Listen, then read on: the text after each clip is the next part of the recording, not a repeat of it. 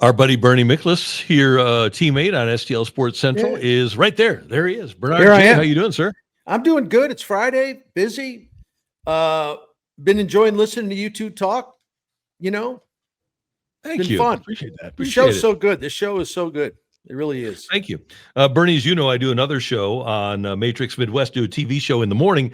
And today was our 100th show. And our first guest on that show back in February, right before spring training started, was the Cardinal skipper, Ollie Marmol. And so I went to Ollie and I said, hey, I just want you to know what you think of us doing our 100th show. And I want to play this and let you hear this. Ollie, just effusive in his praise about the fight on Matrix Midwest. Hold on a second. We lost the video. We had the video, then we lost. We had the video. We lost it. We'll get it. This is the kind of stuff Ollie was worried about. Yeah, exactly. Oh, here we go.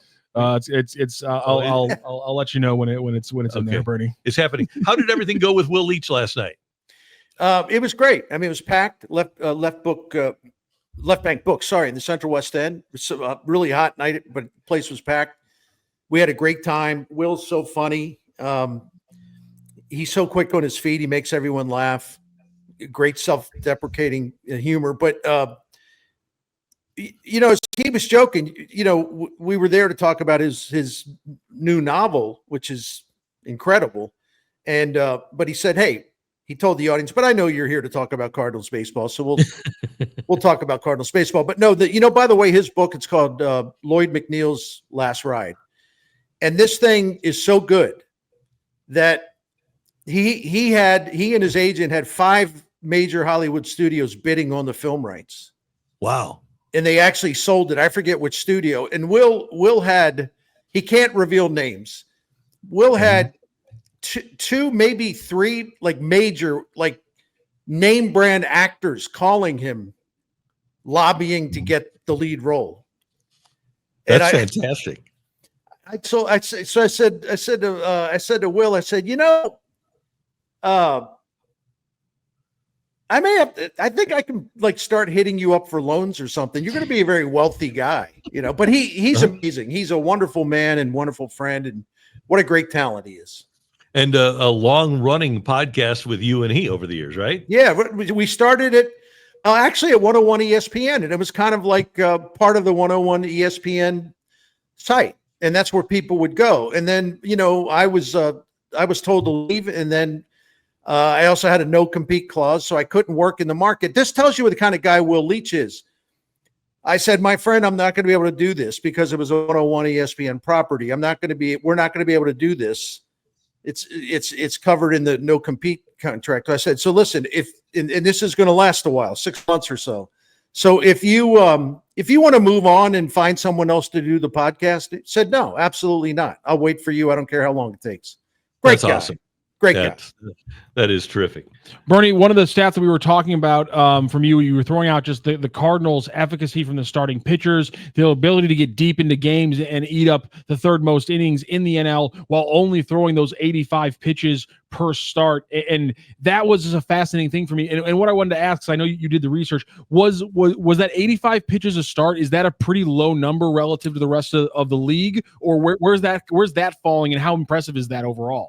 It's below average. In other words, it's like fewer than the league average. And so what Ollie, and I heard you talking about that, and I appreciate it. Ollie and Dusty Blake have threaded the needle. And what I mean by threading the needle is that they're preserving their pitchers' health because they're not going nuts, they're not having all these 100+ inning starts.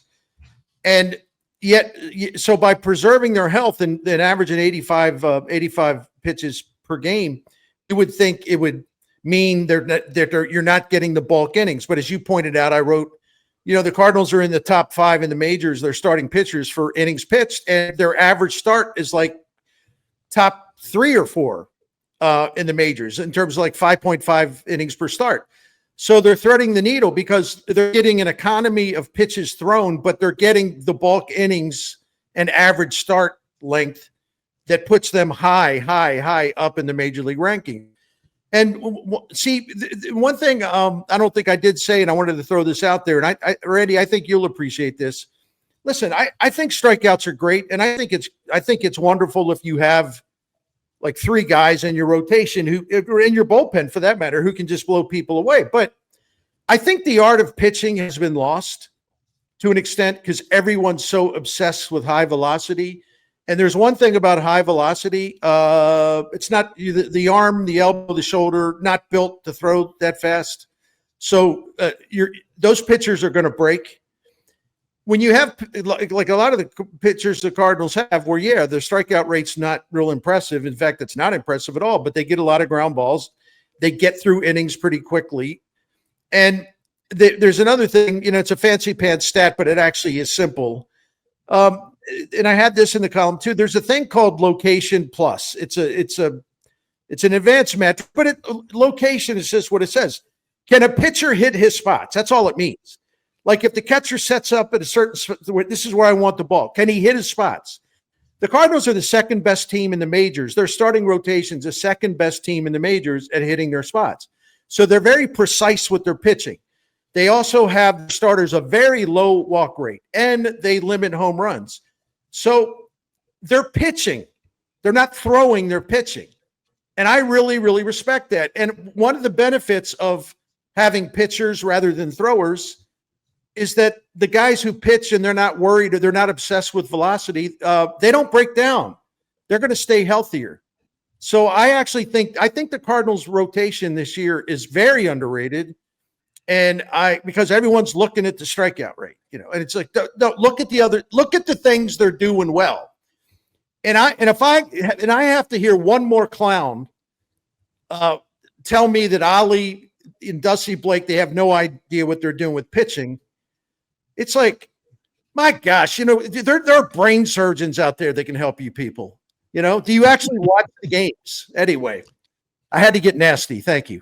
Well, Bernie, you bring up location plus actually brings up a conversation that me and Randy had off the air because Eno Saris for The Athletic, who takes things from the analytical side, broke down all the rookie pitchers. And obviously the big names were the Chase Burns and the Mizorowski and those kind of guys. But Michael McGreevy, obviously because of his time with the Cardinals this year, was also got a mention in there. And Saris pointed out that he has if he qualified, he doesn't yet qualify, but if he did qualify, his 123 location plus would be one of the highest, if not the highest, I think, in Major League Baseball. But then he also couched it by saying his stuff plus, which is what is about the actual the power of your pitches, the movement of your breaking ball, those kind of things. He has a very low number there to a point where he would have to only fit a couple historical comparisons to be an effective pitcher. But you bring up location plus, I now need to bring that up about McGreevy and just dive into more of your point about the Cardinals' ability and their pitchers' ability to win on the margins, and also why it makes sense for a team to still want to roll with a guy who is maybe the best location pitcher in the game, even though he doesn't have the stuff. The Cardinals fans that have been around for a while, if they appreciated Jeff Suppan, right, they should appreciate this starting rotation. Because, listen, Sonny Gray's got more strikeout punch than just Suppan. Lubador does too. But the point being is that, the Cardinals did have a dominant starter in Chris Carpenter and later Adam Wainwright. Don't get me wrong. But Jeff Suppan, they don't win the World Series in 2006 without him. And he's a guy that didn't throw hard. He's a guy that didn't get a lot of strikeouts. What he did, location.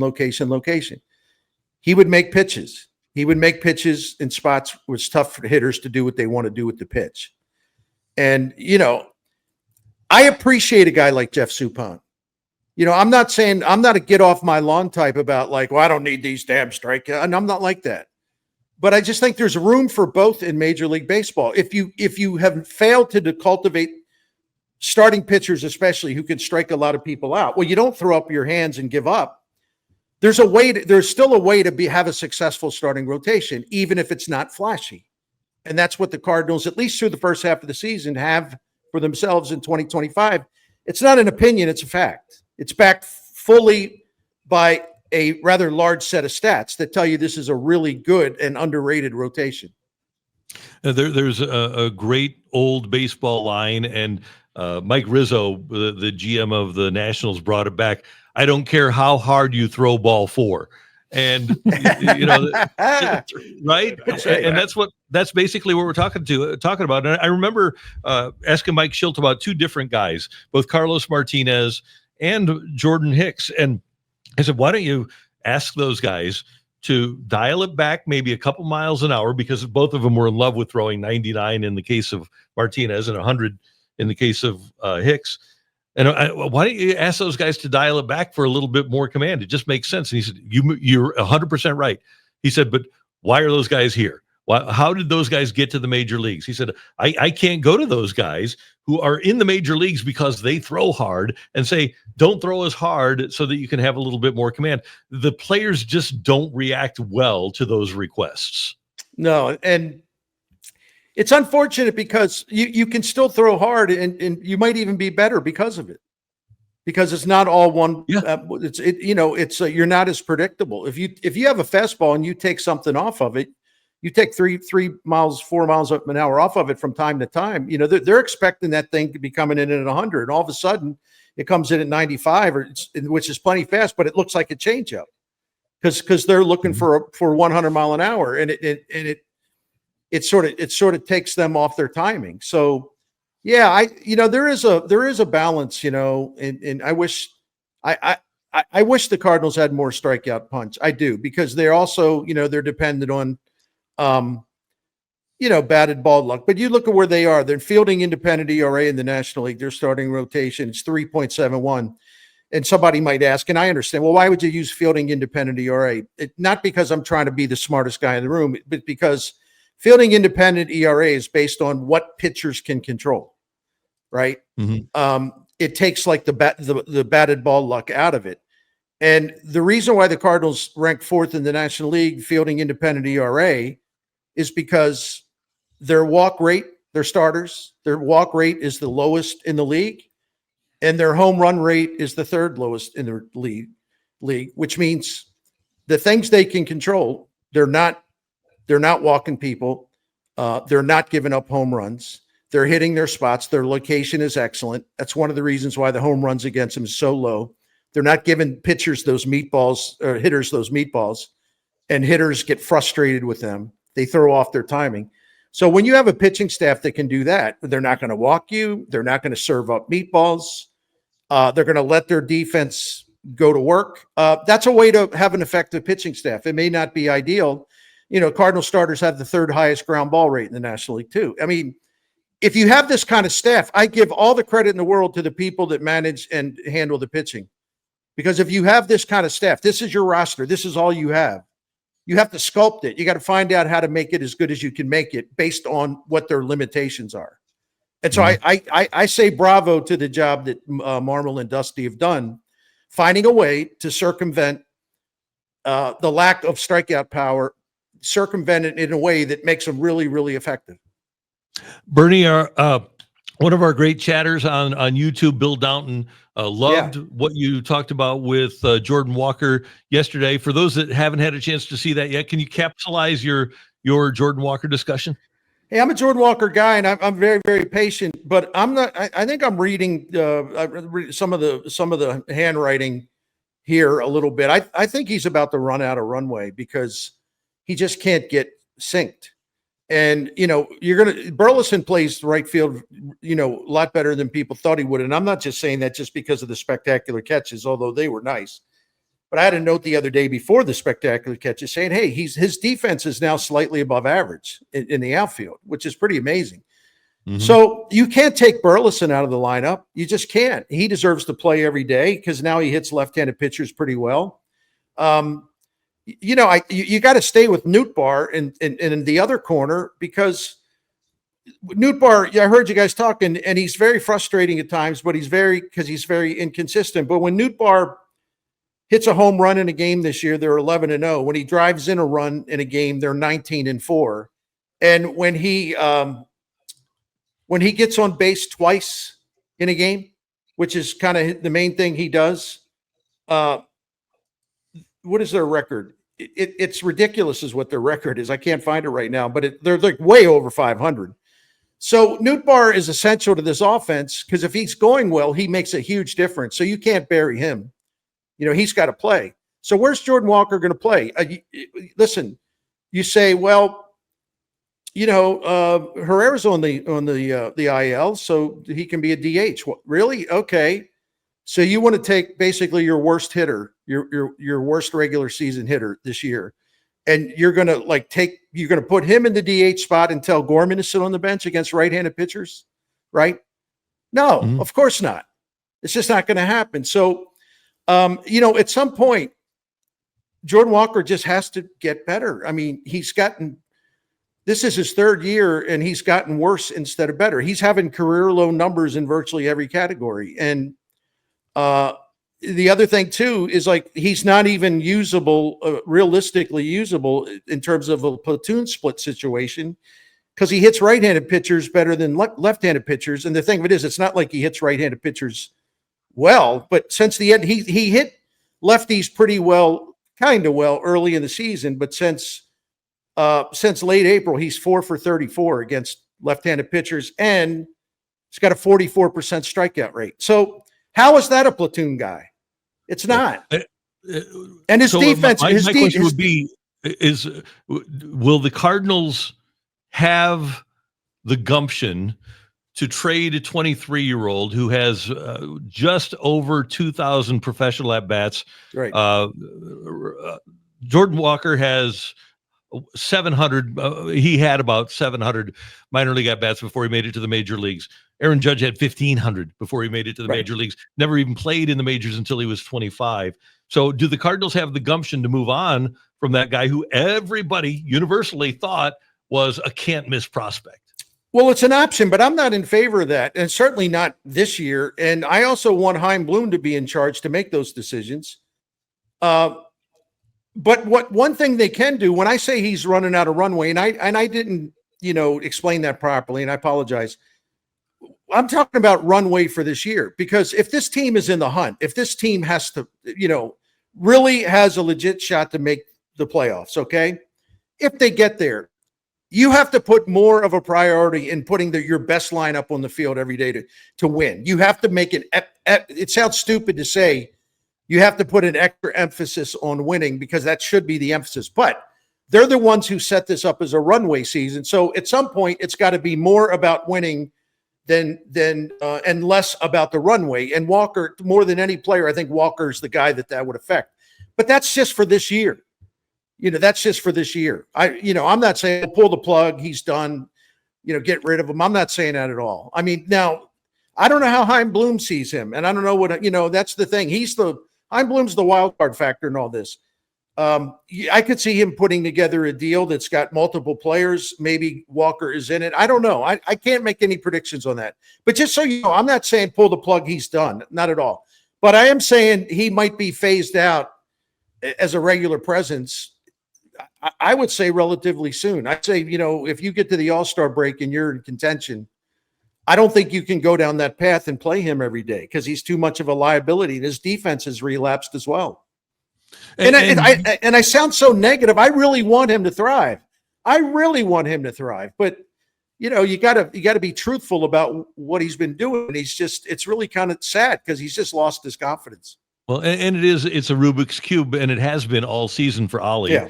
In terms of trying to find enough, we have this word runway for everybody, but the only time that Walker has really truly had consistent ability to play at the major league level until this injury got hurt was down the stretch in 2023, his rookie year, when he was at his best. And everybody thought, okay, he's on the runway. Then he hits 155 for a month, and they send him down last year. And I don't know if he can stay healthy enough. I don't know if he can be good enough for a stretch, but that was one thing the Cardinals were counting on this year. Then he has the wrist and the appendicitis, and they lose that ability, especially because they're in the race, as you said, to find out more about him. And the sad thing, for like the final 10 games or so before he went into the IL with the wrist, he was tearing it up. And see, the best thing he can do is he has a good stretch, and he starts building confidence, and he starts building momentum, and he feels really good about where he is. And then things sort of take off. Then the wrist injury kind of just halted his momentum and interrupted the progress. And then he came back, and he was really bad before he get appendicitis. He was 3 for 18 with 6 strikeouts. So sustainability has been a real challenge for him. And Randy, and Rock, I also think the Cardinals didn't do him any favors, because if you look at his rookie season, I mean, the numbers overall were really, really good for a 21-year-old who just was coming up from AA, skipping AAA. So he opens his career with a 12-game hitting streak, and everyone's going nuts. St. Louis loved him. Cardinals fans were going crazy. It was such a big deal. And then, granted, he cooled off a little bit because he started hitting a lot of ground balls. But the thing about him, he hits a ball so hard, he can power ground balls through the infield. But that's not ideal, but he can at least get something out of it. But because he was hitting ground balls, they panicked. And so they send him. He plays a game in Seattle on April the 24th, and then they send him down less than a month into his rookie season after he'd had a 12-game hitting streak. And even at the time they sent him down, he was hitting 276, and he had a solid OPS, and they sent him down. And I looked at this the other day. The 3 games that he played before they sent him down, right? He was 4 for 10. He was 4 for 10. Now, if you're Jordan Walker, you're like, well, wait a minute. They pulled me up over AAA. They let me skip a whole level. I have a 12-game hitting streak. I'm hitting 276. My OPS is over 700. And in my last 3 games, I went 4 for 10. And it's like, what? I'm going to Memphis. And they also, and so that messed with his head, and it messed with his confidence, and it probably demoralized him. And the other thing is one of the worst things I've seen the Cardinals do, which is throw this kid, which he was, just throw him in a right field without any preparation. Yeah. And he was not ready to play right field. And I felt so bad for him because you could tell he was embarrassed. You could tell that he felt terrible. And so you have a guy that has shown he can hit in the major leagues, right? And you mess up his head by demoting him when he probably didn't, when he didn't deserve it. And you're also messing up his head because he was like the worst right fielder in the game. And you can't just say, well, you can block all that out and you get focus on your hitting. That's a tough ask, man. He was so down on himself because of the fielding issues. What in the hell were they thinking? Well, Bernie, that's exacerbated by this. When they got Arenado in 2021, he obviously had the opt-outs.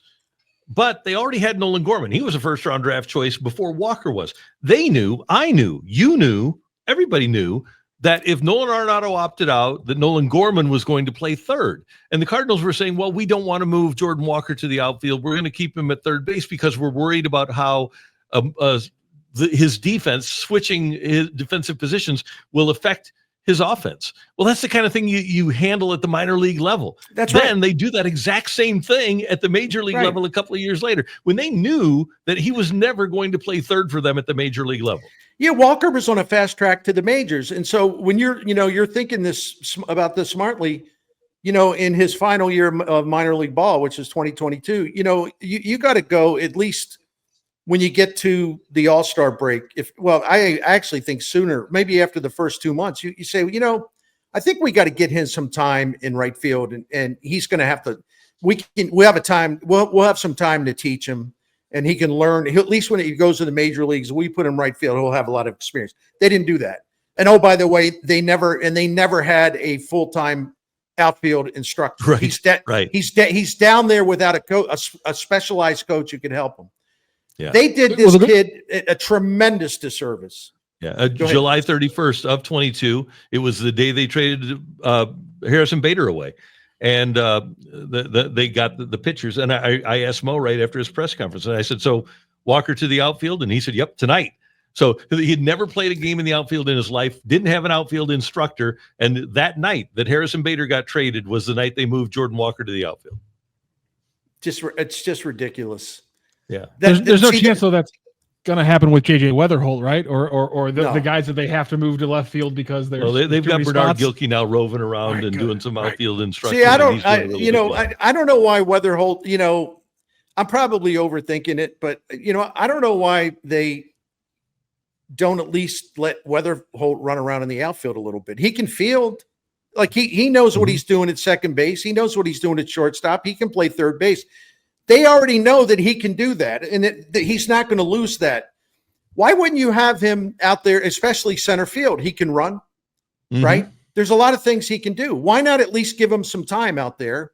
So if you reevaluate where you want to put him, because you have this glut of middle infielders, you know, he's a guy that could, especially if Walker flops and Victor Scott doesn't get any better offense, at least you would have maybe another option offensively. I'm not saying you make him an outfielder. I'm just saying give him some time out there, you know, because the more positions he can play, the easier it will be to fit him in your everyday lineup. That's all I'm saying. And this kid's going to be great. He's going to be Bryce Harper. Burleson and Donovan, hadn't it? Yeah, yeah. So Weatherholt is he's got that Bryce Harper persona, which is a good thing. Yeah, he's as confident as could be. Like if this guy goes 1 for 11 in the big leagues, he doesn't care. You know, let's go. Lucky he's here now rather than a couple of years ago. I know. He might not. They might care. You know, the one thing. Hey, let me ask you guys a question. I don't want to overstay my welcome here, but I was thinking about this, and this is not a novel thought. And this is no disrespect intended to current Cardinals players, because we appreciate the heck out of Donovan and Wynn and Burleson and some others, you know. But Randy, I don't have to tell you this, man. The Cardinals of under Bill DeWitt, but even before that, but Bill DeWitt brought stars back to the Cardinals. Like he's told me a bunch of times. Say, look, I think the Cardinals historically have always had stars, big stars. We always want to have big stars, which is why, you know, they went out and I'm not saying DeWitt made the trade. That's why they went out and got Mark McGwire. That's why they went out and got Edmonds. He wants stars, and he let Walt Jocketty handle it. We got to have star power. That's why they made the trades, and Bill had a lot to do with making the trades for Goldschmidt and Arenado. We need stars. We need stars. I love that attitude, but where are the stars? And this is no disrespect to Arenado, but he's in the descent of his career, and he's not the offensive player that he was. Although I love watching this guy play defense. He's a star, but not, you know, he's not a guy that people say, well, he's a top 20 player in the major leagues or whatever. Where are the stars going to come from? You know? That's a great question, because I think the stars, the guys that are going to be Hall of Famers, the people like Shohei Ohtani, the Cardinals aren't going 700 million. Juan Soto, the Cardinals aren't going 765 million. Vladimir Guerrero stayed with his own team for 500 million. From the outside, I think that ship has sailed in terms of the way the Cardinals used to get those guys. You've got to develop those guys within your system. You need, and that's one of the reasons that the Cardinals needed Jordan Walker to turn into a star, because they don't have the economic oomph to compete with the Dodgers or the Mets or the Yankees to go out and get a guy like that. A guy who has a chance to be a Hall of Famer, Kyle Tucker, going to be a free agent this year. He's going to be a $500 million player, Bernie. The Cardinals aren't going to be swimming those waters. And you're right. I think, has it been since 1909, I think, since the Cardinals have had a year where they didn't have at least one Hall of Famer in uniform. And yeah, they're in danger once Arenado is out of here of not having a guy. And one of the unfortunate parts about their downturn is that, you know, St. Louis is no longer like a top destination location for free agents or guys who have a no trade veto and would say, oh yeah, I'll go to St. Louis, because the Cardinals were always in the hunt. They're always on the October stage. It's all that history. But players now, the Cardinals they're off the grid right now. I mean, compared to what they were, where they used to be. They're not as prestigious right now, not as prominent. They have a chance to change that by getting back in the playoffs regularly, because players want money first. They also, I think, choosing where you want to live and play has maybe moved up. I think that's a much more of a priority now for free agents. It isn't just the money, but it's also, do I want to get a house in Malibu and, you know, play for the Dodgers? Do I want to, all those great golf courses in San Diego? Do I want to be there? You know, New York, think about all the endorsements. It's it's the biggest city in the world, and all, you know, the biggest stage of it all, you know, and it's like, the Cubs can sell to you on Wrigley Field and a lot of other things. But the Cardinals have sort of dropped down in the list of like the most attractive places. And it's nothing to do with the fans. Nothing. It's just when you go from being one of the best in baseball for 20 years, just about every year, and then all of a sudden you're somewhat irrelevant or kind of irrelevant, or you are irrelevant in terms of the national stage, you lose your prestige, right? Mm-hmm. And I think a couple of things happened. Number one, in 2011, I think it was a big deal when Albert said no hometown discount, because all of those guys gave the hometown discount. And then he says, no, I'm not giving them a hometown discount. I think that had an effect. And then when it didn't work when they got Goldie and Arenado, because if you would have asked somebody in 2017 or 2016, okay, Goldschmidt and Arenado are going to be the corners for a team in 2020, 2021, 22. Goldie and Arenado, they're going to be the corners. What team do you think it's going to be? And everybody would have said, oh, Yankees, Dodgers. They would have said big market teams. Nobody would have said the Cardinals. I think when those two desired to come here, and Arenado forced his way to St. Louis, and then they didn't win, I think that made St. Louis a less desirable place. That's exactly right. And it's a shame. And I think maybe talk within the industry, some of the players are, probably put the word out. Listen, they keep changing managers. We don't have the technology or the advantages in terms of everything that the absolutely modernized. It's not a place where they're up to speed on analytics and things that can really truly help us make us better. Like you look at the Dodgers, you talk to David Freese next time you have him on or whatever. You talk to David Freese about the Dodgers. You talk about Tommy Edman about the Dodgers. You talk about Albert Pujols of the Dodgers. Those guys just absolutely blown away by what the Dodgers did for them. The Dodgers revived Pujols' career as a hitter because they're so smart with the analytics, and he bought into it. And Brant Brown was his hitting coach at the time, who worked with him. And all of a sudden, Albert Pujols is outstanding again. It's because the Dodgers know how to get the best out of players. Look at Max Muncy. Look at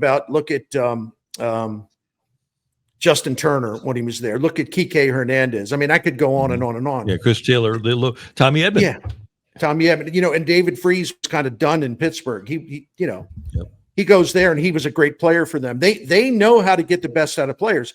And if you look at the Cardinals, frankly, they don't know how to do that. They lost their way with that. And part of it is through neglect. Player development, also, technology, tools, facilities. They just let it all drop, and you can't do that because it's highly competitive now as far as, well, here's what we can do for you as a player. Here's how we can make you better.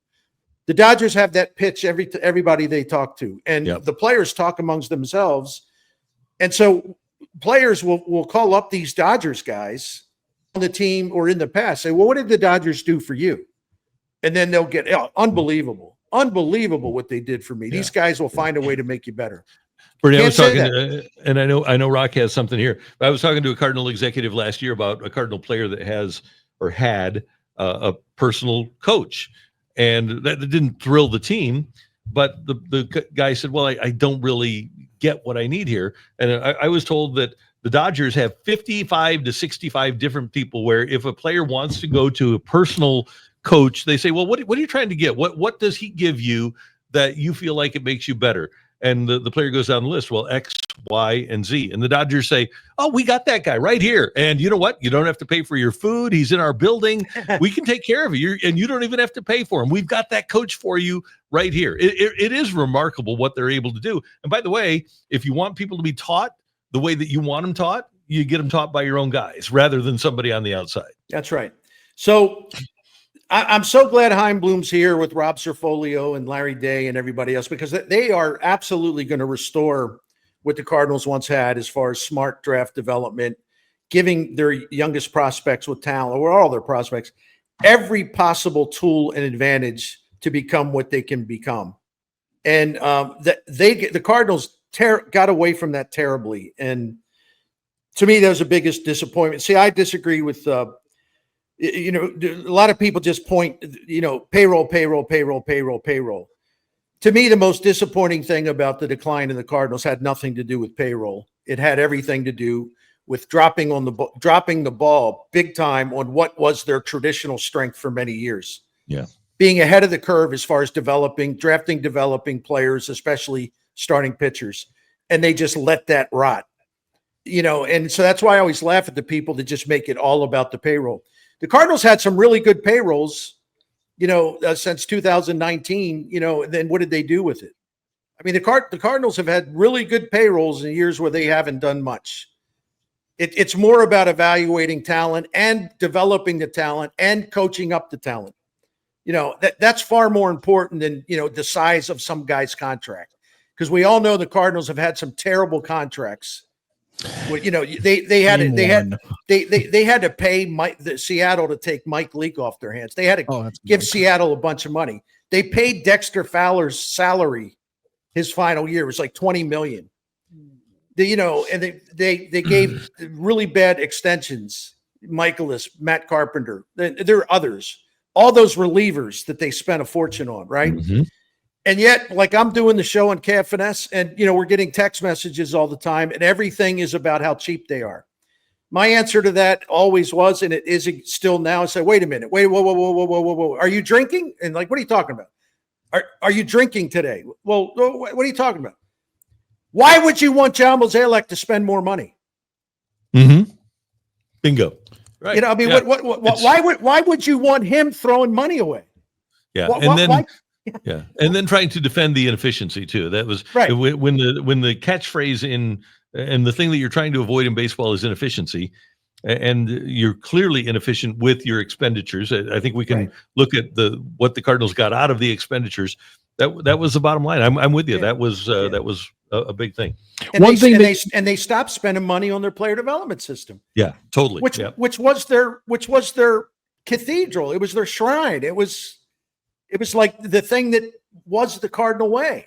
And they just like basically destroyed their own heritage. And it's like, see, that's what drives me crazy about the criticism of the way they've run the team.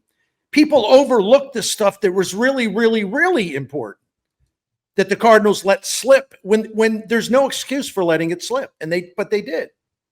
And I was saying yesterday, if you let the farm system slip, and it takes the longest to rebuild because you let the farm system slip up and it craters. That's a 3 to 5 year to maybe even longer than that ability to finally get back to its roots. You let something at the major league level, like just a positional spot, just like slip into a bad thing. You can fix that in free agency in 1 or 2 years. And so that makes it even worse. And one thing we got a couple chats about today, Bernie, was Ivan Herrera, and you honed in on one of the only negatives you could have about Ivan Herrera, which is this is now the third time in the last 2 years that he's gotten time taken away because of an injury. So a lot of the injury conversations have happened across multiple teams in St. Louis. Just I guess kind of extrapolate on your thoughts about the worry around Ivan Herrera as he's sitting on the IL again.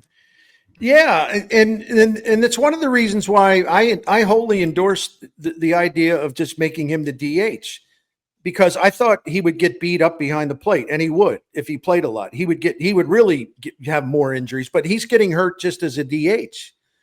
And I don't know whether he needs to be in a flexibility program. He probably does, but I thought playing DH would protect him and lower the injury risk, but it hasn't. But yet I hear people saying, oh, when he comes back, he's got to be their full-time catcher. Really? Is that right? Okay. We'll see how long that lasts. And, you think also the thing about Pedro Pages, take a look at, take a look at the pitching staff's ERA when he's the catcher, and also runs allowed per game when he's the catcher. The difference between him and Herrera is stunning. I mean, it's like he clearly makes a difference because the players love the way he calls pitches, and you need a pitching staff that's really got a great guy behind the plate, because we talked about it. They're not going to strike people out. They got to be really smart in their approach. This guy makes a huge difference behind the plate. He makes his pitchers better. He guides them through games. He's got some Molina type qualities. I'm not saying he's Molina, but the things we revered about Yadier Molina, he's got some of those attributes because the pitchers love him and they want to work with him because he makes them better. And so once again, I'm astonished that people already have forgotten, in effect, what a great defensive catcher who handles pitchers at a high level very well. Like it's as if the 2004 through 2022 is like gone from the memory. Yeah. Remember, Randy, when the best fans of baseball were screaming for La Russa to bench Molina when he was young? In 218, yeah. And Tony said you don't have to get a single hit. You don't have to get a hit. You just catch, and we'll be fine. Yeah. There is tremendous value in a terrific defensive catcher. Plus, he throws people out too. But he's Pedro Pages is actually tied. Well, he's either tied for first or he's second on the team in defensive run saved, and his catcher ERA is about 350. Herrera, it's like 560. Right. Oh, but let's put him behind the plate. And I know Matthew Liberatore was young when he was throwing to Molina, but Matthew Liberatore will tell you now, hey, Pages is the best guy I've ever thrown to. So that says a lot. And by the way, I asked Ollie last week if they had thought about the idea of giving Herrera an outfield glove, and he said, we're not there yet. He said, we want to exhaust all options with him before we make that request, which tells me that I think Herrera probably still wants to catch and they want to pacify him a little bit. But I wouldn't be surprised, Bernie, if we get to the offseason and the Cardinals suggest to him that he go down to Florida and work on being an outfielder. Yeah, you got to look at coming attractions. I mean, Jimmy Crooks is a major league catcher. Leonardo Bernal might be an outstanding major league catcher because now he's hitting for booming power and he's outstanding defensively. And they've got that Reniel Rodriguez, who's a guy who, is an 18 or 19-year-old kid with prodigious power. So they have all these catchers in the pipeline getting closer to St. Louis, which is even another reason why you have to find another spot for Ivan Herrera. I mean, this is pretty simple stuff, right? No doubt. And he's athletic enough. He could go out there and play left field as well as Manny Ramirez or Lonnie Smith or even Matt Holliday. He could play left field as well as Matt Holliday did. Yeah, that's the place really where you do kind of stick your least capable defender. And most of those guys have pride, so they'll try to be as good as they can be out there. Holliday was like that.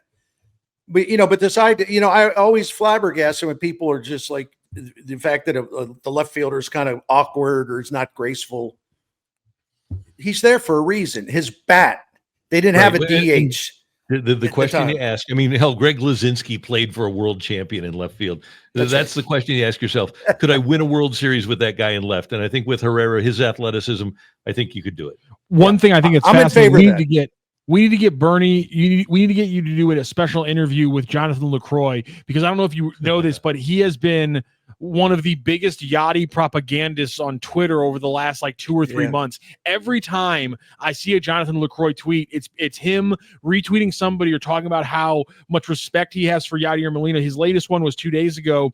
Somebody put out a question with a graphic with all his stats and said, is Yadier Molina a first ballot Hall of Famer? Jonathan LaCroix, yes, he's a winner and legendary catcher. This is not debatable. You guys, I think a conversation with him about Yadi, I think would really shut down anybody who has any doubts about what a professional catcher can see and respect about Yadi's game.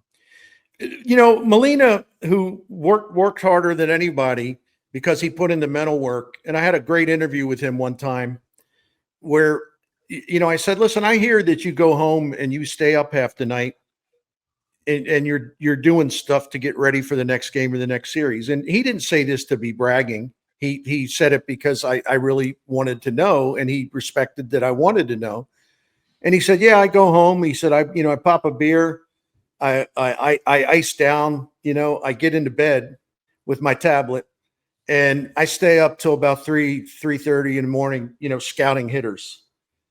Wow. And I say, so you're in bed, like you caught 9 innings on a night where it's 100 degrees in St. Louis. And you probably caught a couple foul balls somewhere, but you don't leave the ballpark and go home and just crash. You take your homework to bed and stay up half the night. Right. It's unbelievable. Amazing. I mean, it's just amazing. The people that disparage him will point to his offense. And again, they're just utterly clueless. Take a look at the Cardinals ERA in his years as the starting catcher. Take a look at all the guys who got a lot better once they started working with him. He was a huge, huge difference maker for those Cardinals teams because it was like having a genius behind the plate. And the pitchers knew he was a genius. And the other thing is opposing hitters were paranoid because they thought they're seeing if he's looking, he would know how to rattle hitters too and get in their heads. Yeah. You know, it's like Shelby Miller gave me that great quote when he was Cardinals. He said, "This guy's unbelievable."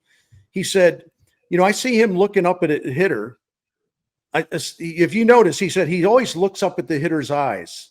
Right. And this is before the hitter's setting up and all that stuff. This isn't like he's not trying to cheat. He just looks at him and he glances up and then he glances up again. And Shelby Miller said, "You know, man," he says, "it's like that dude can see into their soul and it freaks him out."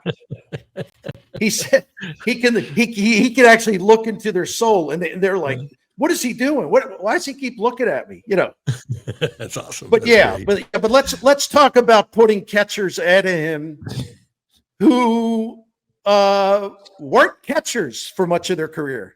Right? Yeah. There's a lot of that out there.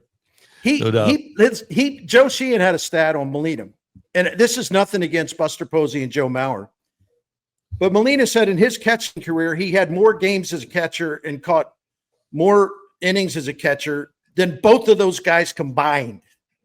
Wow, that's incredible. And yet you got morons out there saying, "Well, they were better hitters." Look. What that tells me is, you have no freaking idea about baseball and the impact that a great defensive catcher has on his team, right? Mm-hmm. So why do you embarrass yourself? Just be quiet about it. If you don't like Molina, fine. But don't make up garbage to justify a stupid opinion, okay? Right? He was a catcher. Posey was a catcher until he decided to play first base. Mauer was a catcher before he decided pretty early. Not for me. I want to play first base. Right? Right. Yeah. And by the way, all the other players, it's mostly media people that have the affinity for taking shots at Yadi. Pretty much every single player that I've ever talked to says, yeah, he's the best. He's a Hall of Famer. He's revered. By other catchers, he's really revered, and that should tell you everything. You would like to Rock's point about Jonathan Lucroy. The fact that a guy like Lucroy, who was really good defensively in his own right, but so many other catchers, Yadier Molina is their idol, and he's still an idol for all the young catchers out there. You know, including a guy like Salvador Perez. You know, is right, who just gives him all the credit in the world. Right. So I don't like Bernie, dumb people are okay, but when they try to act like they're smart is when I have a problem with it.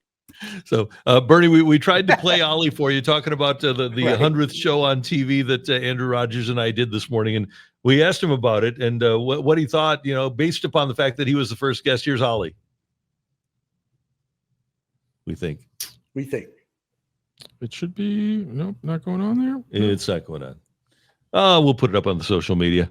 Listen, Yadier Molina would know how to get that.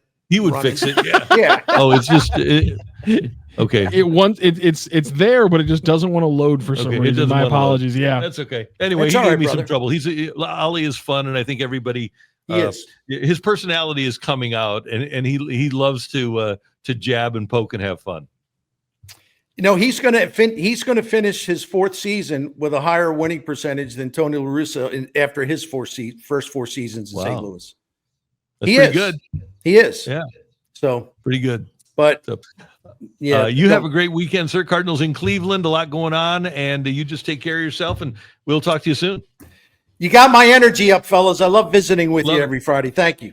Love you, Bernie. Take care. See you later. Love you, bud. See ya. There we go. That's our buddy Bernie Miklasz like it. on STL Sports Center.